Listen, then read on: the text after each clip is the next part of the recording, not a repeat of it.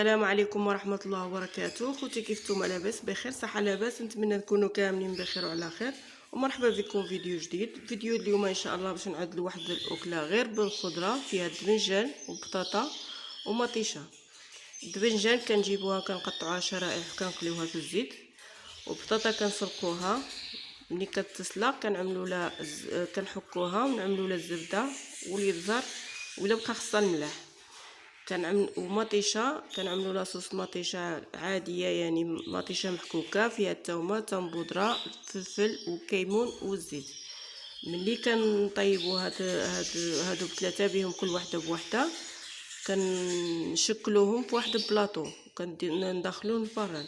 المهم خليكم مع الطريقه وفي تتمه الفيديو، وكنشكركم بزاف وكنتمنى الفيديو اليوم يكون يعجبكم، ونتلاقاو فيديو اخر ان شاء الله. يا ليلى وصلت على نبي